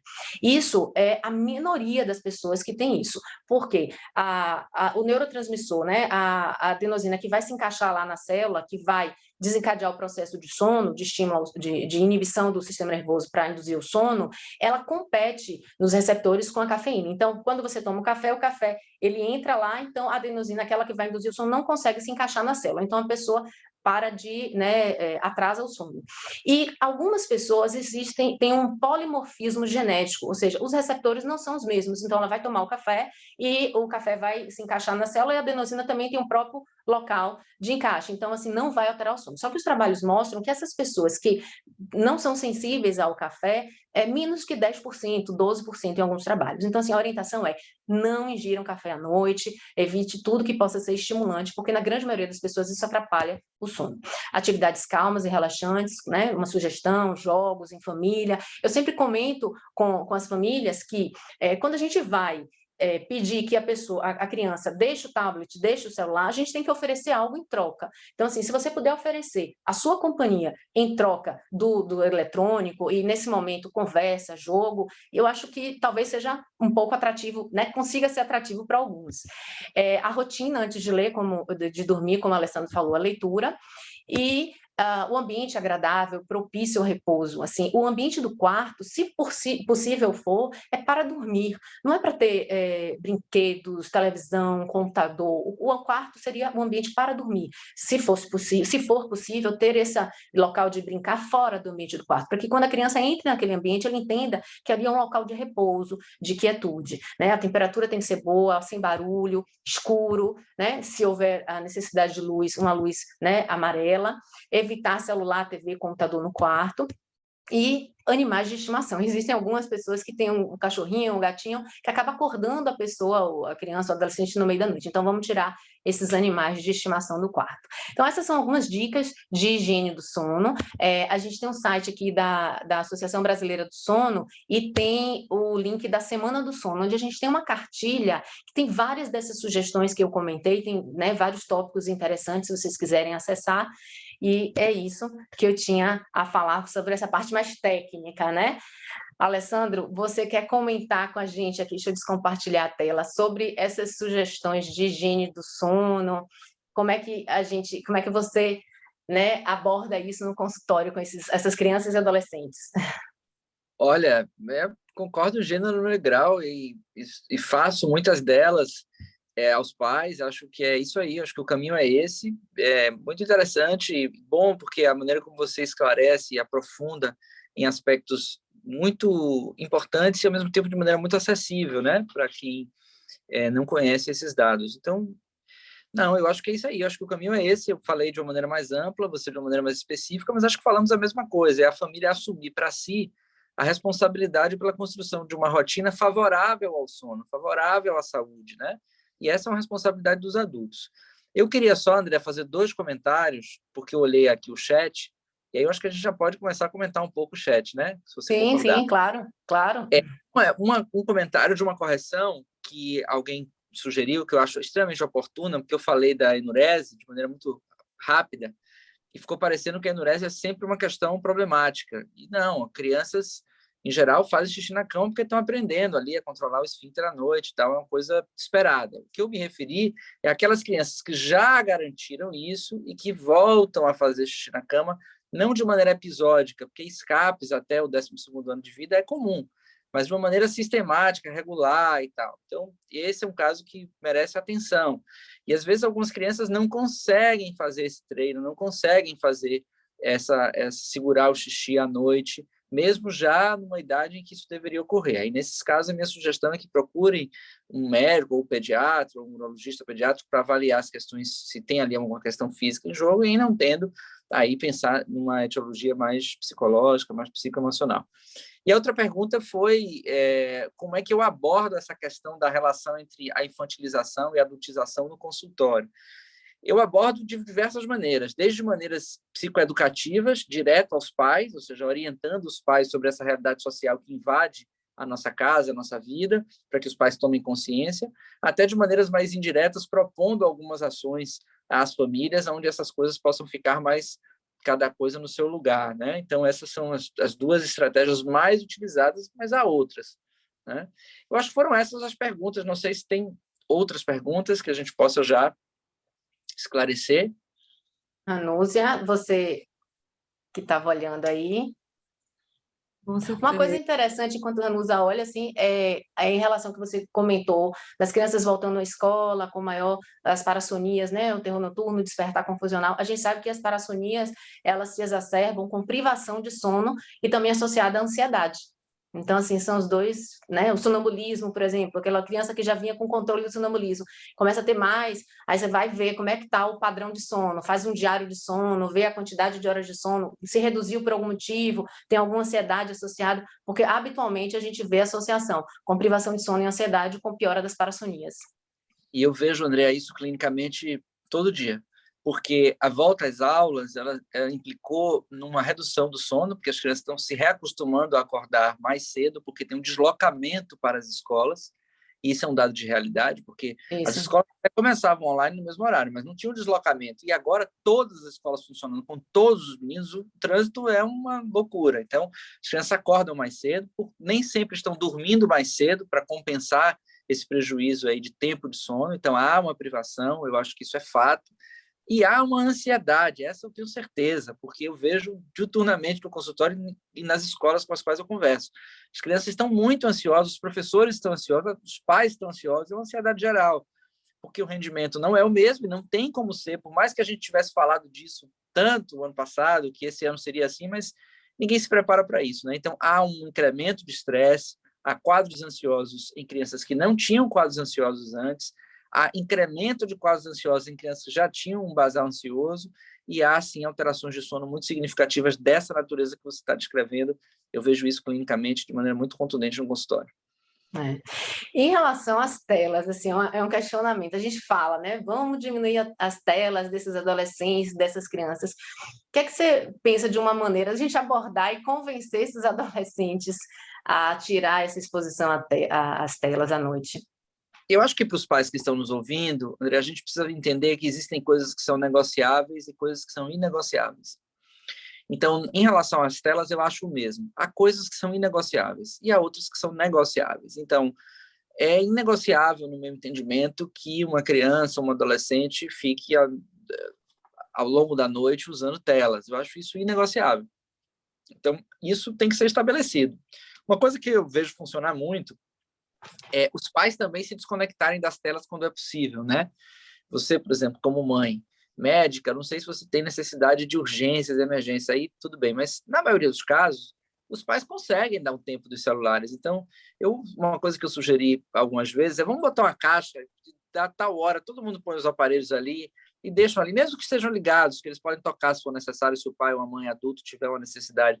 Mas também a gente poder se desconectar, porque você falou uma coisa muito útil, né? É muito difícil eu estar no meu celular e dizer, desliga o seu. Não é que o pai tenha que fazer exatamente igual a criança, porque o pai vive uma vida diferente da criança e tem, portanto, direitos e deveres diferentes. Mas é muito difícil para a criança, no mundo que a gente tem, não ter algo que possa ocupar esse espaço. Então, quando a gente faz um acordo de que a família inteira vai dar uma desconectada, de que a família inteira vai dar uma diminuída do ritmo, que a família inteira vai preparar esse sono, que a família inteira vai dar uma aquietada na casa, eu vejo resultados muito melhores no consultório quando isso acontece. E, ao contrário, quando isso não acontece, eu vejo medidas como essa que você sugeriu, que são todas elas excelentes, não funcionarem, porque simplesmente elas não continuam, acontece um dia, não acontece no outro, faz um dia, mas não funciona um dia, e aí essa instabilidade gera uma dificuldade. A coisa mais difícil para o humano é criar hábitos, que leva tempo, e mudar. Então, isso para o cérebro é complicado mesmo. Então, se a gente não fizer sempre igual, da mesma maneira e tal, e com uma certa insistência, a gente não consegue criar esse panorama. Então, é aí que eu vejo o ponto mais nevrálgico da dificuldade familiar na construção desses processos. E em relação a essa negociação de convencimento, eu acho que a gente precisa deixar muito claro que a condição para ter é outra. Porque eu vejo pais, André, me dizer assim, meu filho é um viciado em tecnologias. Quando ele não está no tablet, está no celular, quando está no celular, está no computador, não está no computador, está na TV e tal. E, em geral, eu pergunto ao pai, quem comprou esses aparelhos para o viciado? Então, em geral, eu acho que essa é uma questão que a gente tem que começar se perguntando. Se eu ofereço um aparelho para o meu filho, uma tecnologia, eu tenho que deixar claro para ele quais são as condições de uso. Eu te ofereço da seguinte condição. Pode isso, não pode aquilo. Isso sim, isso não. Aqui vai, aqui não vai. Concorda? Ah, pai, não concordo com isso. Beleza, negocio com você. Não. Isso você não concorda, então não vai ter, porque isso eu não negocio. Então, essa condição tem que estar clara previamente. Segundo, há que ter um monitoramento. Não é o discurso que vai fazer o adolescente ou a criança mudar de comportamento. É a insistência. É ali um trabalho todos os dias. Então, não é então você simplesmente dizer uma vez e esperar que seja suficiente para mudar o comportamento de uma criança ou adolescente. Não vai. Então, você tem que monitorar aquilo sistematicamente. E terceiro, é você estar aberto a perceber o que isso está significando na vida do seu filho. Né? Porque para alguns adolescentes, para algumas crianças, isso está tão absoluto que é realmente muito difícil essa retirada. Então, a gente não pode deixar chegar nesse ponto. Isso, obrigada. Ranusa, que estava olhando as perguntas, diz aí, Ranusa, por favor. Muitos elogios, né, aos palestrantes, muitos elogios, e tem algumas perguntas que a gente... Será que dá tempo de responder? 21 e 23, vamos lá. Então, tem uma pergunta aqui de Gabriela, para Alessandro. Quais as estratégias que você utiliza na clínica quando atende crianças com os pais separados e que, para um dos genitores, tem uma condução completamente diferente da rotina do sono, causando insegurança e problemas nessa área? Excelente pergunta, porque isso é uma realidade cada vez mais comum, né? Então, Gabriela, o que a gente faz, em geral, se a família é separada e funciona bem nos núcleos, ou seja, há uma convivência respeitosa, dialogável, etc., eu reúno a família toda e faço um pacto mais ou menos comum para a gente acertar a rotina dessa criança nesses diversos ambientes, tá? Eu viro um pouco advogado também da criança, tentando advogar a favor de um bem-estar para a criança. Se isso não é possível, eu faço essa interlocução, eu converso com o núcleo e acordo ali uma série de situações que eu acho que são pró-saúde da criança e faço isso com outro núcleo e vou monitorando. Uma parte da minha clínica de maneira muito sistemática, eu faço a psicoeducação parental. Então, com todos os meus pacientes, a cada X encontros com a criança, eu marco um encontro com os pais para a gente conversar, para dar orientações, para a gente saber como é que está. Porque, Gabriela, você sabe tanto quanto eu, ou até melhor do que eu, que a experiência clínica na psicologia ela não se dá no consultório. O que acontece no consultório é a instauração ou deflagramento de dispositivos cujos efeitos vão ser notados na vida real, na vida prática da pessoa. E no caso de criança e adolescente, a família é muito decisória para que esses efeitos sejam potencializados ou não. Então, cuidar da ambiência familiar me parece uma estratégia sine qua non de qualquer clínico de crianças. Porque se a família não aderir a esse processo e não fizer ali um abraço às proposições que você vem defendendo, dificilmente a gente consegue bons resultados. Então, sistematicamente, eu encontro as famílias para isso que eu chamo de programa de psicoeducação parental. E outra pergunta aqui, Alessandro, da nossa colega Glícia. Como você aborda o medo noturno na criança e no adolescente? Vejo na prática clínica adultos com insônia, que até hoje dormem com alguma luz no quarto por não se sentirem confortáveis no escuro. A maioria dos medos, Glícia, de infância, se resolve na infância. Alguns casos persistem até a adolescência. E outros casos, bem menos comuns, felizmente, persistem até a idade adulta. Tá? Isso pode acontecer. Em geral, as abordagens elas são muito diferentes. Mesmo quando a gente fala de criança, se é uma criança pequena, é um tipo de abordagem. Se é uma criança maior, outro tipo de abordagem. Então, com as crianças em geral, técnicas lúdicas e algumas técnicas de combinados em relação a alguns comportamentos que podem ser favoráveis para o enfrentamento do medo. Mas, em todos os casos, a gente precisa de um apoio restrito, bastante significativo dos pais. No caso de adolescente, a gente vai fazer também alguns combinados, alguns acertos e tal, e a gente vai tentar identificar já no adolescente o que é que está por debaixo desse medo. Comumente, o medo do adolescente, como ele é menos típico do que na criança, ele tem uma questão que está subjacente à manifestação sintomática do medo, essa também deve ser trabalhada. Então, não adianta apenas a manifestação em si ser trabalhada, mas também a causa dessa manifestação é muito útil, e também, nesses casos, a gente precisa de suporte parental. E no caso dos adultos, aí são outras técnicas que não compete a mim agora esclarecer, que eu já não atendo adultos há muito tempo. Outra pergunta, Carolina Almeida. Em relação aos bebês, como costuma ser sua orientação em relação ao sono? Livre demanda. O bebê precisa dormir o tempo que ele precisa. Agora, claro, se você vê que um bebê está dormindo de uma maneira exagerada, que não é compatível e tal, aí tem que procurar o pediatra para ver orientações específicas, tá? Mas, em geral, o bebê saudável vai dormir de acordo com a sua necessidade biológica. E essa ambiência tem que ser favorável a esse bebê. A ambiência precisa se ajustar à realidade do bebê para que o bebê se ajuste à realidade da ambiência. Forçar um encaixe desse bebê numa rotina pré-estabelecida rígida não me parece uma boa saída. Então, a gente precisa se adaptar àquela realidade daquele ser que chega nessa família, e a gente se adaptando naturalmente a partir desse encontro, esse bebê vai construindo percepções de que as coisas acontecem mais ou menos num padrão. A rotina para bebês é importante, então tem um momento em que ele come, depois ele dorme, depois ele vai ser limpo, depois tem a brincadeira, depois ele toma um banho quentinho, depois ele vai mamar de novo. Então, essas coisas que acontecem mais ou menos da mesma maneira vão ajudando o bebê a se regular, a entender como as coisas estão acontecendo, e isso produz uma estabilidade dos processos psíquicos na criança muito pequena. Então, é muito importante que o principal e mais importante, o manual que a gente tem, aquele manual mais crível, que a gente mais pode confiar, é a própria criança. Então, pais que possam aprender com o funcionamento do seu bebê, que possam entender como ele funciona, que possam se debruçar verdadeiramente sobre esta compreensão, terão mais condição de construir uma rotina saudável que ajude esse bebê a começar a entender que as coisas têm um ciclo, que as coisas funcionam de determinado jeito, e ir se adaptando a essa vida que vai, portanto, começando a ser uma vida cada vez mais social, cada vez mais cultural, cada vez mais simbólica. Uma pergunta de Viviane.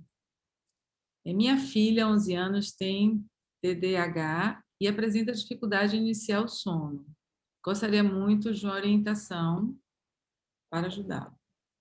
A orientação que eu te daria são aquelas que a doutora Andréa deu, que são excelentes e servem para todas as crianças e também para crianças com TDAH. Agregaria, neste caso, um reforçamento, sublinharia alguns aspectos que a doutora falou, que são evitar atividades excitantes à noite, né? Procurar manter durante o dia atividades físicas, porque, em geral, o TDAH, mesmo de perfil mais desatento, às vezes tem uma demanda hipercinética, então é importante fazer atividade física, preferencialmente ao ar livre, durante o dia, tá? Evitar falta de rotina, instabilidade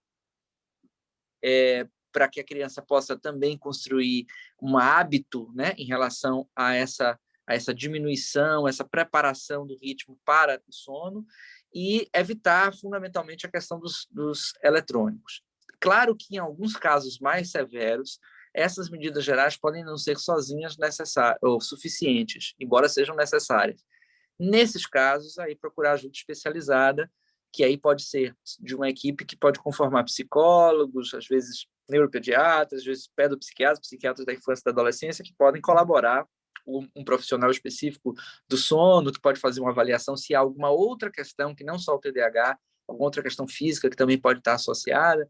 Então, aí, nesses casos, quando essas orientações mais gerais não funcionam, a minha sugestão, como ela já tem um diagnóstico prévio, é buscar uma ajuda especializada.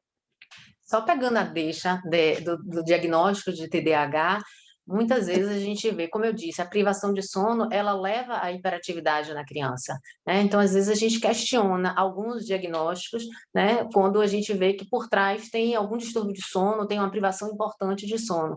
Então, assim, no momento de colher a história, na anamnese, investigar o padrão de sono dessa criança deve ser fundamental, né? Para concluir esse diagnóstico correto aí no final. Crucial, especialmente porque no caso do TDAH, a gente tem clínica, né? A gente não tem uma neuroimagem, a gente não tem um perfil neuropsicológico, a gente tem clínica. Então, caso essa escuta inicial, cuidadosa, com diagnósticos diferenciais claros, é essencial. E a gente sabe também que, da mesma maneira que a hiperatividade atrapalha o sono, a falta de sono atrapalha a hiperatividade. Em alguns casos, em alguns casos, como você citou, a privação de sono pode mimetizar, né, quadros TDAH sem que de fato sejam quadros de TDAH.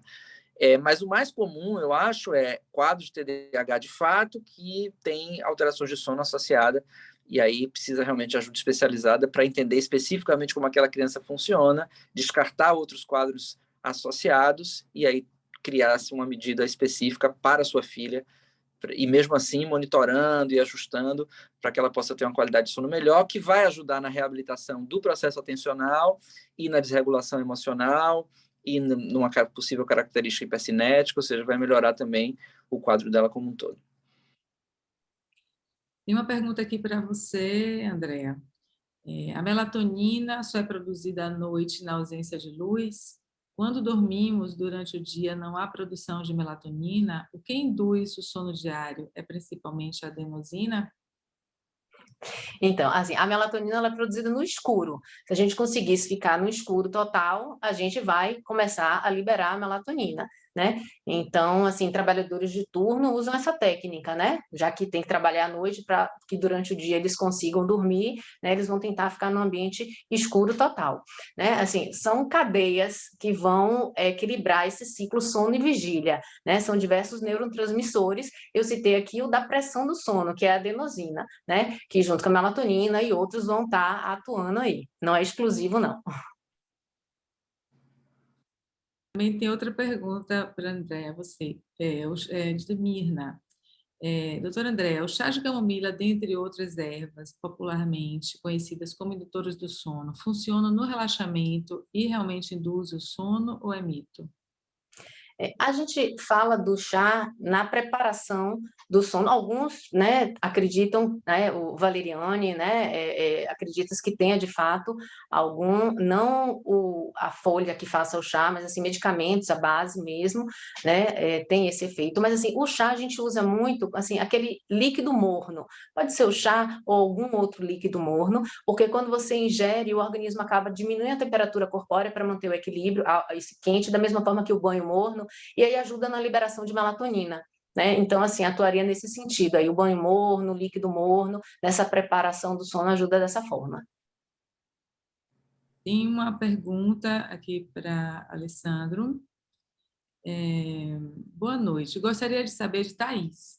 Gostaria de saber um pouco mais sobre pais que dormem com os filhos na mesma cama.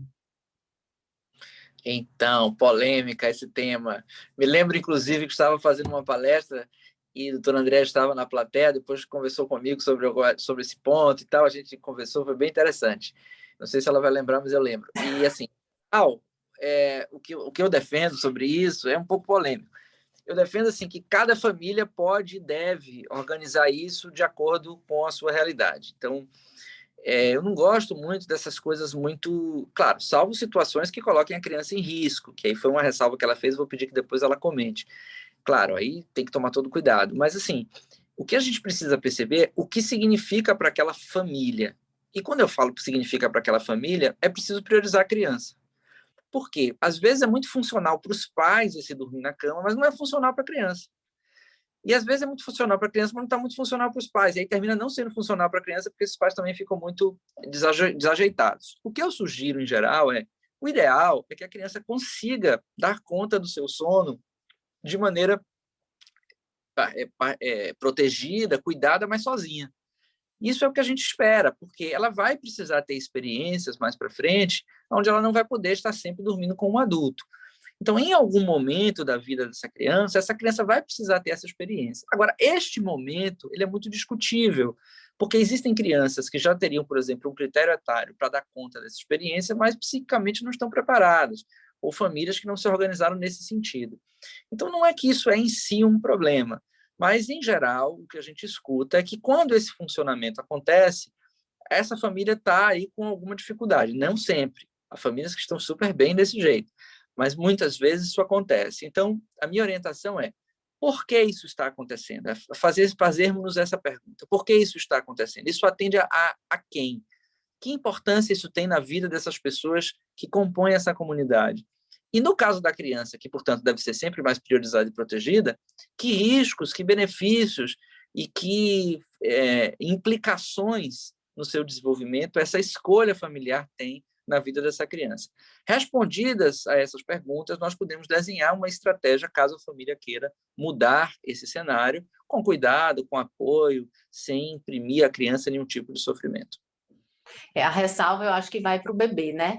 O bebê, a gente sugere que não compartilhe a cama, né, pelo risco né, do pai ou da mãe, né, virar por cima dessa criança, né? Tem a questão da posição do bebê também, né, de barriga para cima, que a gente sugere. A gente pode ter a criança, o bebezinho, ele pode ter o quarto compartilhado, mas não a cama compartilhada, por questão de segurança para o bebê. Eu acho que a ressalva maior é nesses menorzinhos aí.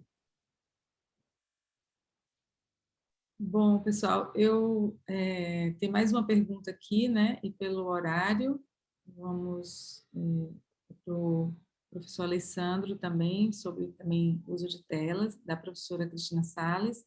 Acho interessante suspender o uso de celular, mas o que você sugere para o adolescente preencher esse espaço? Eu sugiro muitas coisas. Eu sugiro um livro, eu sugiro uma música, eu sugiro uma conversa, eu sugiro uma massagem, que de repente pode fazer uma massagem nele, eu sugiro, sei lá. É difícil sugerir coisas porque eu não conheço a realidade de cada família. O que eu acho é que a família precisa se debruçar sobre isso, sobre o vazio, sobre a incompletude, né? A sociedade contemporânea ela está muito acostumada a ser preenchida por todos os lados. E o ser humano ele precisa do vazio, porque o vazio é produtivo. É importante que a gente se conecte com a falta, com o vazio, com a incompletude, porque daí a gente cria coisas, inventa, e a invenção é parte essencial de quem nós somos. Então, eu não sei exatamente o que eu sugeriria para cada adolescente, porque cada família é um contexto, mas eu posso garantir que há muitas opções alternativas, e lembrem-se, nós sobrevivemos e fomos adolescentes sem celular, porque nenhum de nós aqui tinha celular quando adolescente. Ninguém. E nós dormíamos, né? E nós tínhamos o que fazer. Então, essa história de que sem os celulares não são ninguém, esse é um mito que a poderosa indústria para vender o celular como uma extensão do nosso corpo. O celular não é e não deve ser extensão do nosso corpo. É um aparato externo que a gente usa para determinado fim. Bom, vocês gostariam de alguma consideração final? Doutora Andréa, professor Alessandro? Carmen, quer fazer alguma pergunta, Carmen? Não? Tranquilo. Involuntariamente, eu passei a mão aqui na mãozinha, tranquilo. mas já saiu, né? Ó, eu gostaria só de agradecer muito, Alessandro, pela participação, agradecer a todos que estão presentes até agora com a gente, né? E que todos, né, pensem um pouco mais sobre a importância do sono para essas crianças e adolescentes. Vamos olhar para essas crianças, o que é que a gente pode fazer para melhorar, para ajudar essa rotina, né? Porque o sono realmente é muito importante. Alessandro, suas Eu considerações. agradeço imensamente a boa vontade de vocês em me convidar para esse encontro tão interessante, aprendi muito, e espero sinceramente que as pessoas que nos ouviram difundam essas ideias, porque isso seguramente vai proteger muitas e muitas crianças e adolescentes, vai promover saúde, vai favorecer um desenvolvimento mais saudável e pleno, e é por isso que a gente trabalha, né? Então, queria agradecer imensamente a honra do convite, tomara que muita gente possa ver depois esse nosso diálogo e que essas pessoas que estão aqui se comprometam a divulgar essas ideias para o máximo de gente possível, porque seguramente elas vão promover muita saúde na vida de muitos meninos e meninas do nosso Brasil. Muito obrigado. Pronto. Obrigada a todos. A gente vai encerrar aqui. Boa noite. Boa noite. Boa noite. Boa noite, muito obrigada. Obrigada. Boa noite, obrigada.